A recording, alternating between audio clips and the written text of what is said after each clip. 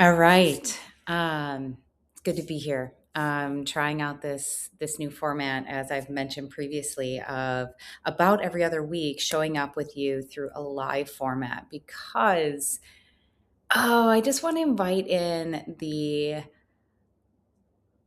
possibility of it feeling like we can really sit together and I can reflect um, more in a real time, in a real way, some things that are stirring. Maybe if I could be so lucky, they could be invitations and lessons that are going to help you.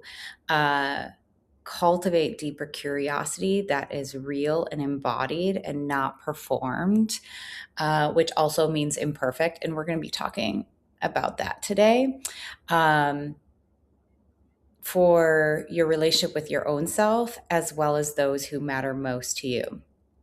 So, last week, you received an essay I wrote about when curiosity dissolves and how the subtle ways it like slowly flies away or disappears, and how this is really what's behind lost connection in relationship dynamics, which includes ourselves. Okay, so I just want you to know I'm always holding both because they're reciprocal. Our relationship within our own self, our own hearts, directly affects the relationships we can have with anyone else. That feels really important. So after I wrote that piece, there was something that I just kept kind of thinking about. And I kept coming back to. And, it's this idea that, it's one thing to understand our patterns. It's one thing to understand, how we stop seeing each other, how we quickly fill in gaps with those assumptions and jump into perhaps defensiveness. But it's another thing to actually interrupt it. And this process really mirrors the work I do personally with my individual as well as relational clients. And, and listen, in real actual life, it looks so different. We can talk theoretics and, sit in lovely spaces and get really high on this stuff, really high on the ideas. But then we leave and we get back into the grittiness of real life. And usually it looks and feels different. It looks like shutting down mid conversation, doesn't it? Or getting that defensiveness before you really realize what's happening and deciding, what they really meant without ever checking it. That's what this looks like in real time. Okay. And listen, personal disclosure, because I want to be real with you. I that is so important that you understand that I am living this work. I'm not performing. I'm not trying to be some like, I'm above it all. No, I'm in this. I'm in this work with you because that's what it means to be human. So just the other day, I got pretty darn triggered up, like the core kind of fear, pain stuff. Ooh, bullseye, right? And y'all, like I was a walking knight in her shining armor, complete with a shield and sword. And it took some space, some time to get back to a place where I could let some of that go. And see, there it is. See, like by the time you really realize a lot of this is happening, curiosity is gone and you are in the pattern. Now, hear me here. Getting caught in the pattern isn't really the problem. It's what we do when we become aware that we're in the disconnecting pattern and we're armored. And this is exactly what I keep coming back to. And curiosity isn't just this mindset. It's this state. It's this way of being. And when your nervous system gets activated, which happens to all of us, when we feel misunderstood, when we feel the pains of not being seen, when we feel even just a slightly unsafe, curiosity is the first thing to go. So of course we tell ourselves, right? Okay, next time it'll be different.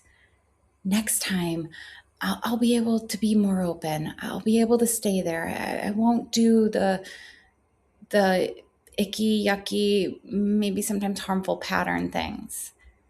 But in the moment, you don't have access to that version of yourself, do you? I sure didn't.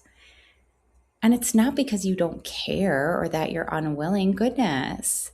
No, it's because the conditions are not there to make curiosity possible. And I think that's what's missing in so many conversations that are happening. Yeah, notice the little bit of an eye roll there. Can't miss it. We focus so much on what to do and how to do it, right? It's such a head game, even when it's like disguised up as like heart work or spiritual. When we look closely, often it's not. Probably need to say more about that in a future share. We talk about being more present, ask the better questions, stay open. And yeah, I go there too. That's a bit of that last essay. And that's why I'm taking it deeper here. Because what we don't talk enough about is what actually allows someone to get there, to be there in the first place, to be in that state of curiosity. So I've been really sitting with that question. What does it actually take to create the conditions where we can stay open, especially when it's hard? And I've been looking at the work I get to do and looking at, why is this couple really moving and progressing? And how come this couple is staying stuck? And, because, I don't think that just deeper connection is going to come from trying harder. Like when I look at these different couples, I see them both really trying harder, but it's coming from what's around them, what's happening in the environments, what's around the conversations and in their spaces, what's happening in the everyday dynamics where that could allow people to just feel safe enough to stay more in that openness, more in that place of curiosity. And so that's what I'm exploring a lot more intentionally lately, is creating these kinds of spaces where this can happen and not just talk about them. So stay close with me here.